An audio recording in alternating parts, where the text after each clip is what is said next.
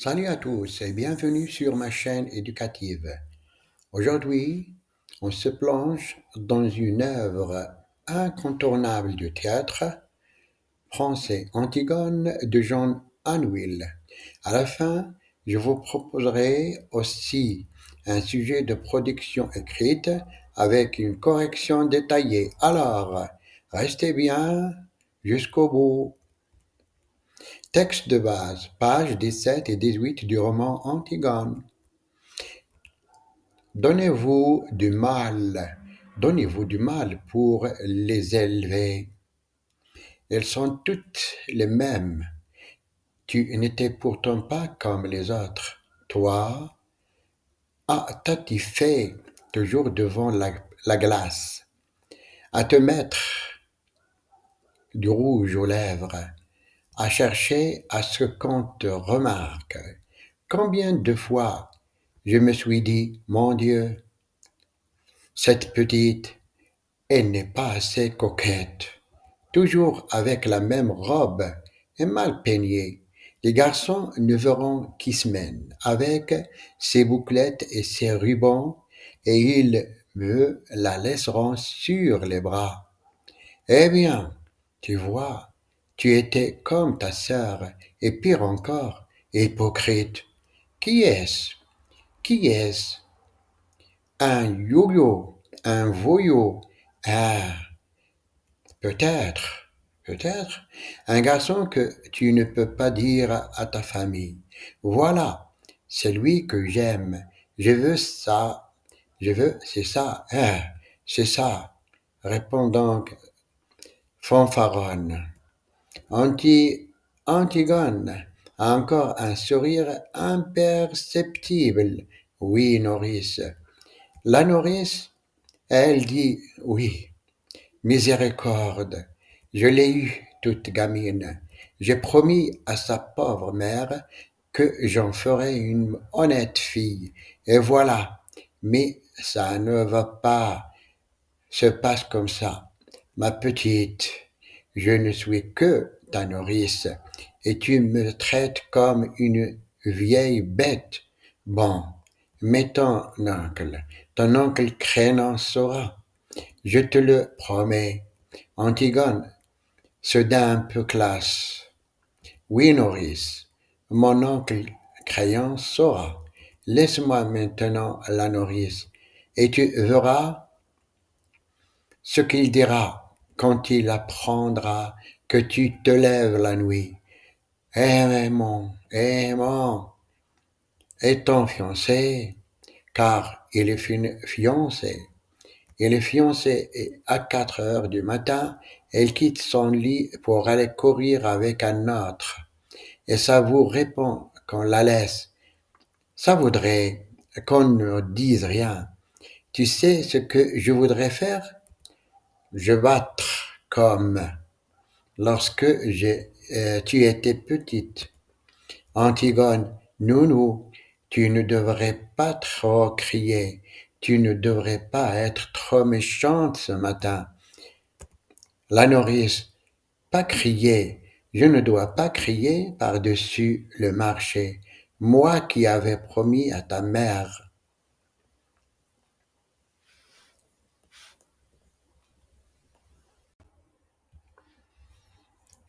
Je répète la lecture, pages 17 et 18 du roman Antigone.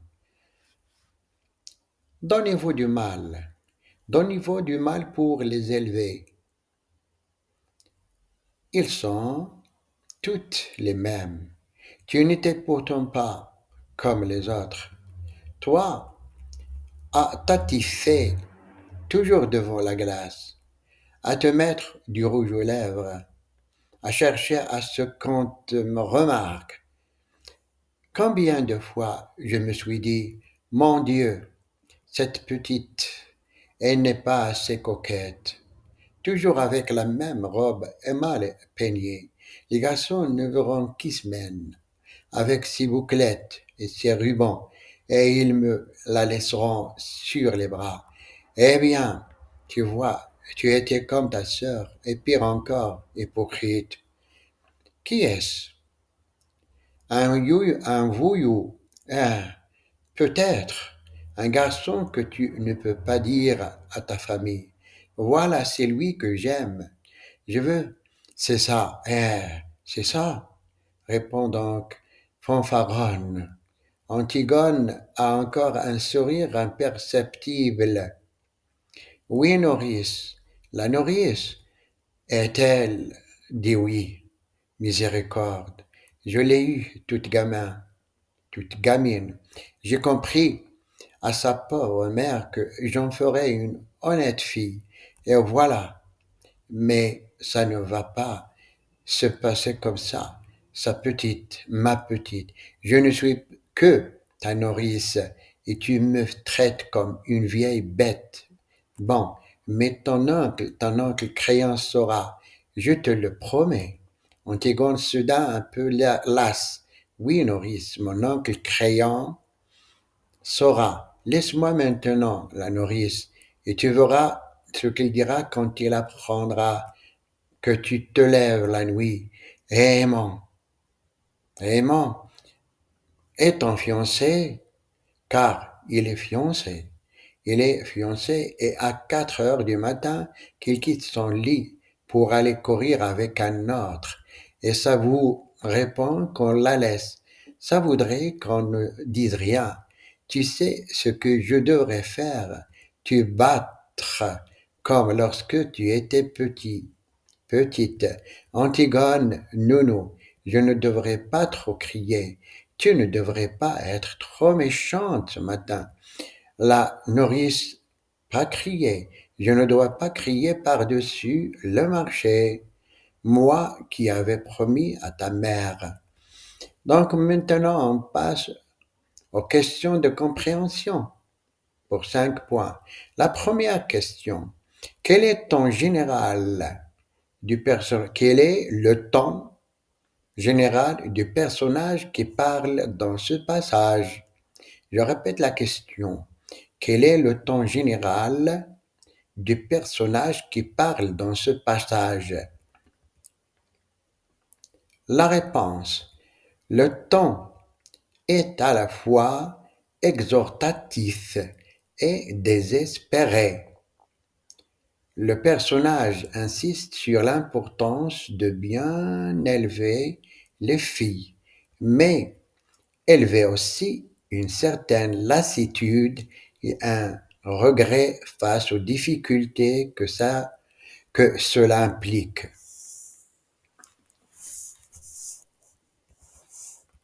La question suivante, à qui le personnage s'adresse-t-il principalement dans ce passage? Je répète la question, à qui le personnage s'adresse-t-il principalement dans ce passage? La réponse. Le personnage s'adresse probablement à un parent, au tuteur, possiblement le roi Créon. S'adresse au roi Créon, responsable de l'éducation des jeunes filles. La question suivante. Quel sentiment domine chez le personnage à la fin du passage? Je répète la question. Quel sentiment domine chez le personnage à la fin du passage? La réponse. La réponse, un sentiment de culpabilité et de remords domine car le personnage se souvient d'une promesse faite à la mère des jeunes filles qu'il semble incapable de tenir. La question suivante, comment le personnage aperçoit-il les filles dont il parle? Je répète la question, comment le personnage perçoit-il les filles dont il parle? La réponse. Il perçoit comme un fardeau et une source de problème. bien qu'ils reconnaissent implicitement la nécessité de prendre soin d'elle. Question suivante. Quelle est la signification de l'expression crier par-dessus le marché dans ce contexte? Je répète la question. Quelle est la signification de l'expression crier par-dessus le marché dans ce contexte? La réponse. Cette expression signifie révéler des choses qui devraient rester secrètes ou agir de manière excessive et inappropriée en public. Je répète la réponse. Cette expression signifie révéler des choses qui devraient rester secrètes ou agir de manière excessive et inappropriée en public. Maintenant, on passe aux questions d'analyse et de langue sur 10 points. La première question, identifier et analyser une figure de style présente dans le passage. Je répète la question. Identifier et analyser une figure de style présente dans le passage. La réponse. On peut identifier une accumulation lorsqu'il insiste sur l'effort à fournir pour élever les filles. Cette figure de style sert à souligner l'ampleur de la tâche et le poids des responsabilités. Je répète la réponse. On peut identifier une accumulation lorsqu'il insiste sur l'effort à fournir pour élever les filles. Cette figure de style sert à souligner l'ampleur de la tâche et le poids des responsabilités. Maintenant, on passe aux questions. Maintenant, on passe à la question suivante. Quel niveau de langue est utilisé dans ce passage et pourquoi? Je répète la question. Quel niveau de langue est utilisé dans ce passage et pourquoi? La réponse.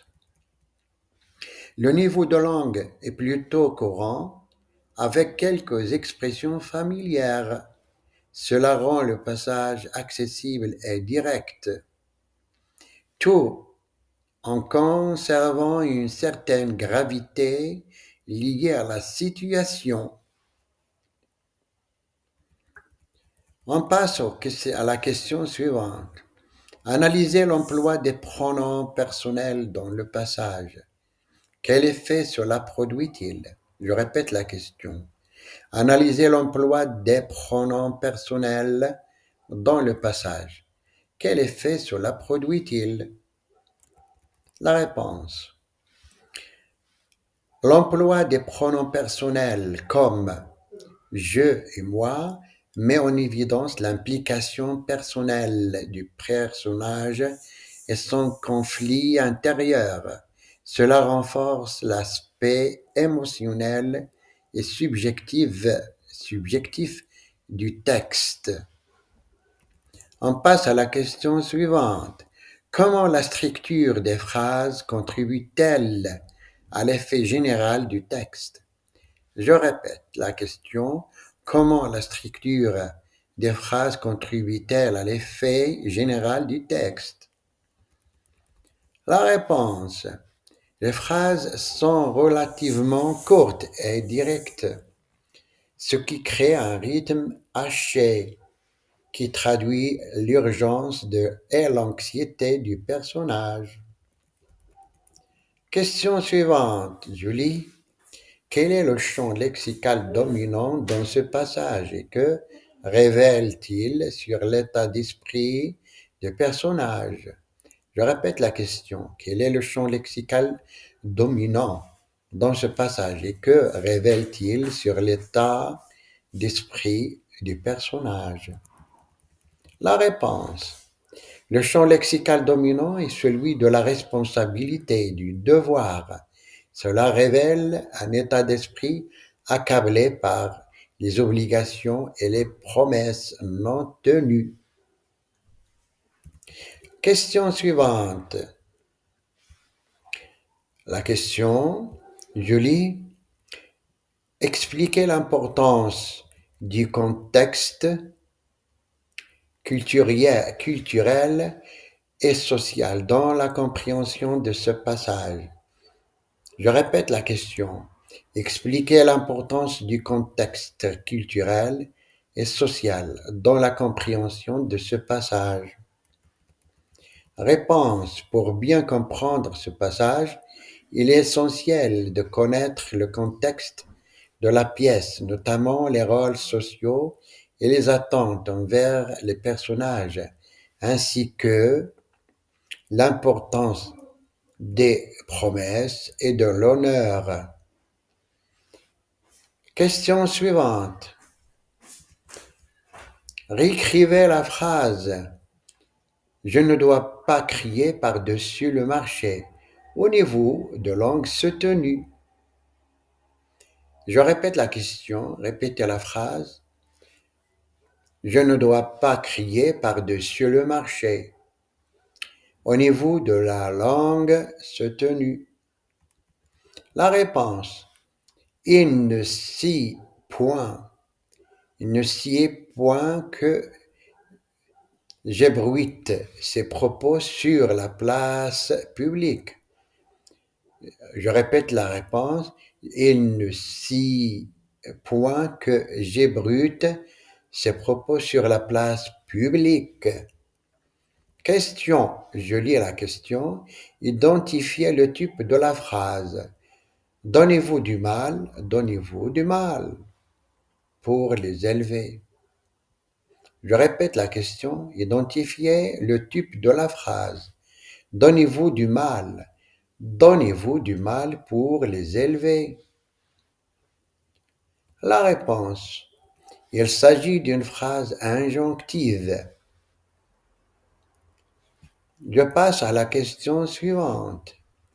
Quelle est la fonction de la conjonction de coordination et dans la dernière phrase du texte?